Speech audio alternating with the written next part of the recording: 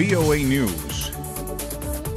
U.S. sanctions against Iran have now gone into effect. They target automobiles, trade in gold and other precious metals, and the Iranian currency, the rial.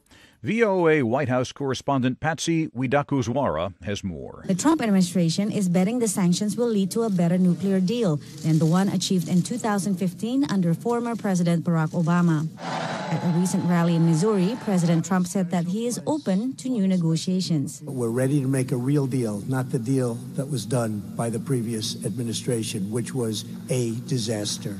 But Iranian President Hassan Rouhani dismissed the notion in a televised speech Monday. What's the meaning of negotiations when you impose sanctions at the same time?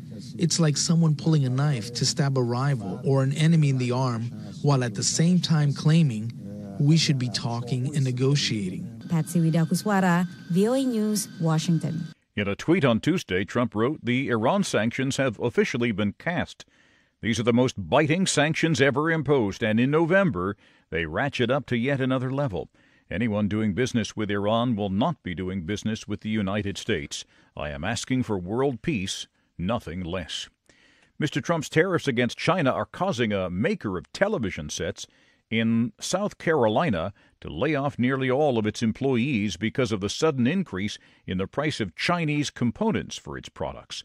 The Element TV company will let 126 workers go, most of them on October 5th, leaving behind a crew of just 8 employees to watch the factory in hopes it can reopen in 3 to 6 months.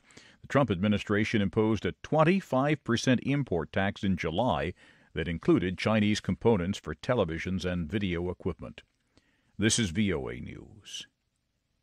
President Trump's national security advisor John Bolton accused North Korea Tuesday of failing to move ahead with denuclearization that was promised by North Korean dictator Kim Jong-un at his summit in Singapore in June with Mr. Trump.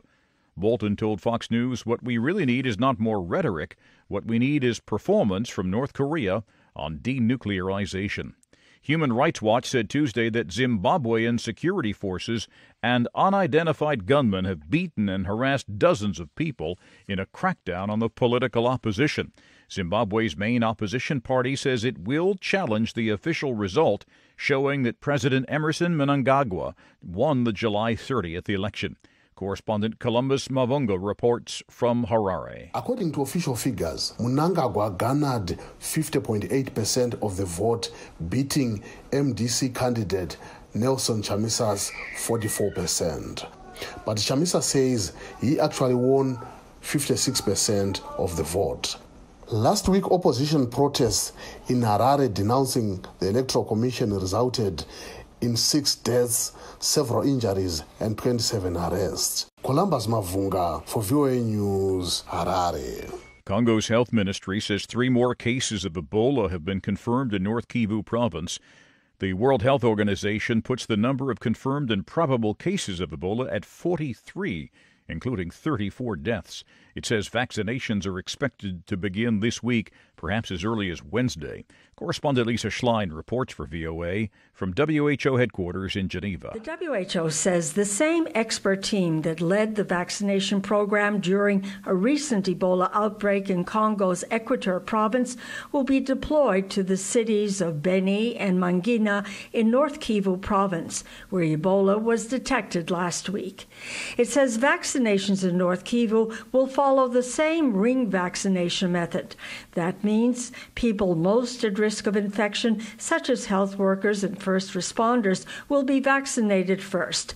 They will be followed by family members, neighbors, and other people identified as having come in contact with Ebola victims. Lisa Schlein for VOA News, Geneva. A federal judge in the United States has sentenced Adam Purinton of the U.S. state of Kansas to life in prison without parole for the racially motivated killing of an Indian national at a bar in February 2017. You can find more on these and other late-breaking and developing stories from around the world around the clock at voanews.com and on the VOA News mobile app. I'm Christopher Cruz. VOA News.